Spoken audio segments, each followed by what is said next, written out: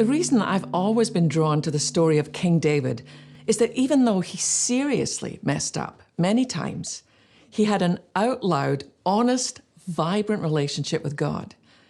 Even when David tended sheep by himself, he was clearly never alone. He knew who his protector was, and he wasn't careful in his ongoing dialogue with God. Some of his psalms would never have made it into our 21st century church libraries. But think about it. In one psalm, David asks God to stop striking him because he's exhausted by the blows from God's hand. He asks God to leave him alone so he can smile again. In another psalm, he asks how long God will look the other way and forget about him. Yeah, this is the man who is twice called a man after God's own heart. There's something about David's honesty that we need to press into, to dig deep, to find. Honestly, I'm hungry to be that kind of real woman.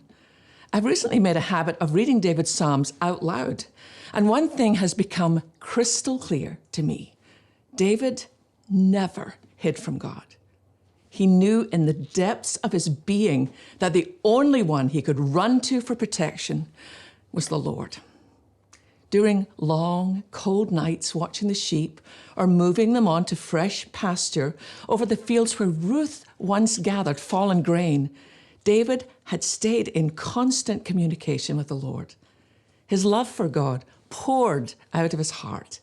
He was utterly convinced the unseen one was the only one worth pursuing.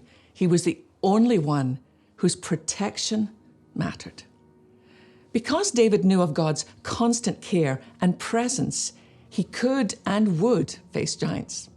Long before he confronted Goliath, he became a giant slayer. There's a lot we can glean from this chapter of David's life. He faithfully pursued God when no one watched. He showed up with courage and confidence to defend the helpless, even when they were only sheep.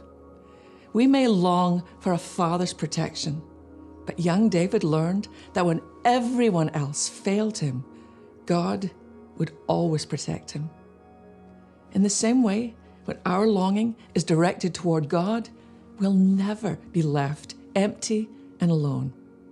That conviction took David from the sheepfold to a battlefield no other man was brave enough to engage.